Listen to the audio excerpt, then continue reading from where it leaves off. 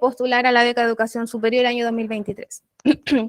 Eso les va a dar paso para poder completar el formulario de postulación para la beca de educación superior. Aquí en este formulario de educación superior hay 3 documentos importantes que ustedes deben completar para la postulación. Una vez que yo haya descargado los documentos, aprieto el botón siguiente, comienzo a completar la carga de documentos que me solicita.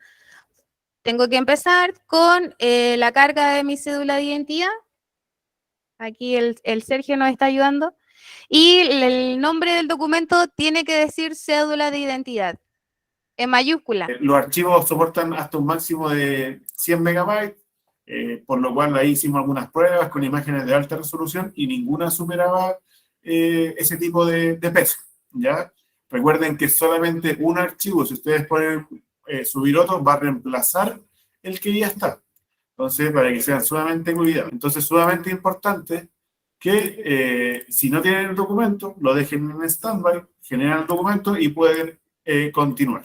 Ya, y como dijo el Sergio, una vez que ya esté la documentación adjunta, todo en formato PDF, se da a continuar para poder completar los datos, los antecedentes del postulante, ¿ya? Se completa con el nombre en mayúscula, hagamos el ejemplo, compañero. ¿Ve? Aquí el compañero ya presentó un error. Debe ser siempre en mayúscula, ¿ya? Y por favor, chicos y chicas, es muy importante que su nombre, con sus nombres, con sus 2 apellidos, sean tal cual se escriben. Ya, eso lo menciono porque muchos chicos escribieron el año pasado sus nombres. Por ejemplo, les faltaba una S. Ya, entonces la idea es que escriban sus nombres tal cual sale en su cédula de identidad para que no tengamos errores al momento de hacer la revisión de sus antecedentes. Luego que completo el formulario con los antecedentes personales, tiene que venir el domicilio, la numeración y el teléfono que yo utilizo de forma permanente. Siempre tiene que ser un teléfono vigente, ¿ya? Porque tanto el correo electrónico como el número de contactos es el canal de comunicación que el equipo de becas va a mantener con ustedes como postulantes a estas becas. ¿Ya? Y aquí es importante que puedan completar el antecedente del dato bancario, ya que el formulario que se mostró hace un ratito de cómo deben llenarlo. Todo aquello estudiante postulante que tenga 18 años de edad, mayor de 18 años de edad, debe tener una cuenta RUT activa, ¿ya? Si hay algún estudiante postulante que tiene 17 años de edad y dice, no, es que yo nunca he sacado la cuenta RUT, comentarle que las mujeres pueden sacar cuenta RUT a partir de los 12 años, pueden sacar cuenta RUT a partir de los 12 años de edad y los hombres a partir de los 14 años de edad. Ya, así que para que lo tengan clarito ahí, que no es necesario tener mayor de 18, o sea, ser mayor de 18, perdón, para poder tener una cuenta RUT. Ya, una vez que completo el formulario, se adjunta a la postulación y debo complementarlo con la respuesta de si soy beneficiario de alguna otra beca que pregunta lo que es la gratuidad o la beca de residencia indígena, o simplemente no cuento con ninguna. Ya, es importante de que se complete la información si es que obtuvo el beneficio durante el año 2022. Luego de eso, continúo y debo seleccionar el tipo de institución superior a la cual voy a cursar o que ya estoy cursando, instituto o universidad, y debo indicar el nombre de mi institución de educación superior. Luego tengo que indicar la carrera y los años que dura mi carrera. Escribir el número y escribir la palabra años, ¿ya? Y luego tengo que indicar qué semestre voy a cursar el primer semestre del 2023, ¿ya? Si me encuentro en segundo año de educación superior, claramente debe indicar que va a cursar el tercer semestre. Si voy a cursar mi primer semestre de educación superior, el primer semestre. Promedio de notas del último semestre o año cursado. Entonces, si soy egresado de enseñanza media, mi promedio mínimo es un 5. Si el año 2022, el segundo semestre, cursé educación superior, tengo que poner la nota de educación superior y mi promedio mínimo para poder postular es un 5. Una vez completada la nota, se pincha siguiente. Luego se deben complementar con los antecedentes económicos del grupo familiar. Aquí debo seleccionar cuál es la actividad laboral de mi jefe de hogar. Y vamos a poner que el jefe de hogar es trabajador independiente y que es honorario. La actividad laboral es activo ocasional. Eso quiere decir que de vez en cuando genera boletas honorarios como prestador de servicio. Luego debo indicar a qué tramo pertenezco en mi registro social de hogares. Si no conozco el tramo al cual pertenezco, se da la opción de indicar no conozco cuál es mi tramo. ¿Ya? Si lo conozco, ahí tengo que poner el intervalo según corresponde. Recuerden que es hasta el 80% entre el 40 y el 80. Luego de eso, paso a la etapa de los antecedentes de vivienda y habitabilidad, donde debo indicar la materialidad de mi vivienda. Si es ligera, madera, mixta, sólida. Ya el estado de conservación, si se encuentra buena, regular, mala. La tenencia.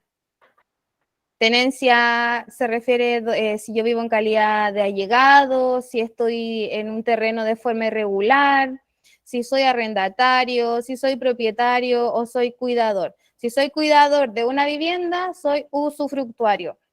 Luego se complementa con los antecedentes de salud, donde debo indicar si es que existe alguna enfermedad crónica en mi grupo familiar y debo señalar si es sí o es no. Y ahí dice, si su respuesta anterior es sí, indique la patología. Si es no, deje en blanco. Ahí el compañero dijo que hay diabetes en su grupo familiar.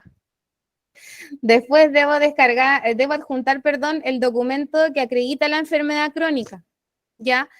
No es necesario para este antecedente que la persona que tiene una enfermedad crónica en el grupo familiar pida una hora con el médico y vaya a solicitar un certificado médico para poder adjuntarlo, ya, porque en razón a los tiempos de postulación no va a alcanzar, pero sí siempre tiene que ser el certificado más vigente que tenga la fecha, ya. No puede ser, el certificado no puede superar el año de vigencia, ¿ya? Tiene que ser, por ejemplo, pues sirve del 2022 en este caso para poder postular, ¿ya? O poder adjuntar en formato PDF siempre una foto que la puedo pegar en un Word y después el Word lo transforma a PDF del carnet de control del adulto mayor o del jefe de hogar que tenga alguna enfermedad, o yo como postulante si tengo alguna enfermedad crónica, la parte de adelante del carnet de control y la parte de atrás donde salen los controles vigentes de la persona que acredita la enfermedad. Ya aquí el compañero va a indicar que la enfermedad es del postulante y del jefe de hogar. ¿Pueden haber más de dos personas, o sea, más de una persona en el grupo familiar con una enfermedad crónica y yo la quiero declarar? Sí.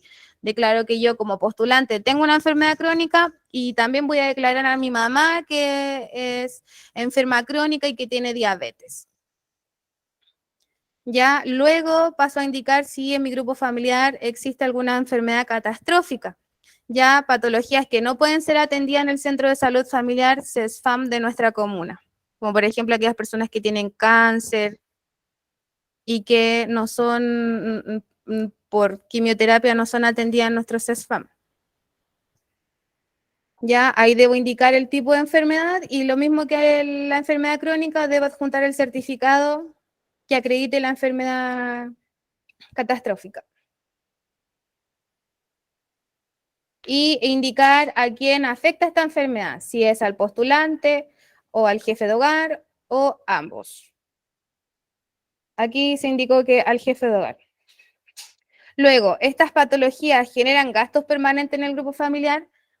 Ahí se debe contestar sí o no. Ya considerar que los gastos permanentes se refiere a aquellos medicamentos, por ejemplo, que sí son subsidiados por el sistema de salud público, pero que ocasionalmente debo comprarlos de forma particular mensualmente, o que finalmente por mi sistema previsional de salud no puedo ser atendida en el CESFAM, independiente que tenga una enfermedad crónica, debo costearlos de forma particular. Luego debo indicar otras situaciones sociales de mi grupo familiar. Si existe una situación de discapacidad, pongo sí, o si es no, no.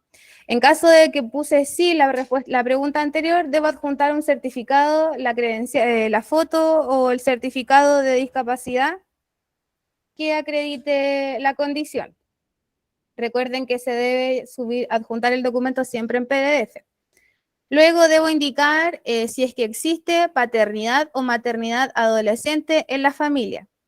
Ya aquí entendemos que si yo como postulante tengo una hermana de 17 años o de 16 años y quedó embarazada, la tengo que declarar que sí hay paternidad o maternidad adolescente en mi familia. O una prima o una sobrina, pero que esté declarada también dentro de mi composición familiar acreditada por el Registro Social de Hogares, ¿ya? Luego, si es que el alumno es padre o madre. Si soy madre, tengo que adjuntar el certificado de nacimiento de mi hijo en formato PDF siempre. Una vez adjunto el archivo, debo completar si es que yo como postulante me encuentro en estado de gestación. Si es sí, se completa con sí. Después, debo indicar el lugar de estudio, mi lugar de estudio como postulante. Fuera de la región, fuera de la provincia, fuera de la comuna. Fuera de la comuna se refiere en San Antonio, fuera de la provincia se refiere a Valparaíso, y fuera de la región se refiere a ya la región metropolitana. ¿El postulante vive en zona rural? Ahí debo indicar sí o no. Una vez que ya complete todo mi formulario, me va a salir una declaración jurada, donde yo aquí como postulante tengo deberes y obligaciones como postulante. Pincho la opción enviar y se envía mi postulación y llega automáticamente aquí al equipo revisor para que luego pase al proceso de evaluación.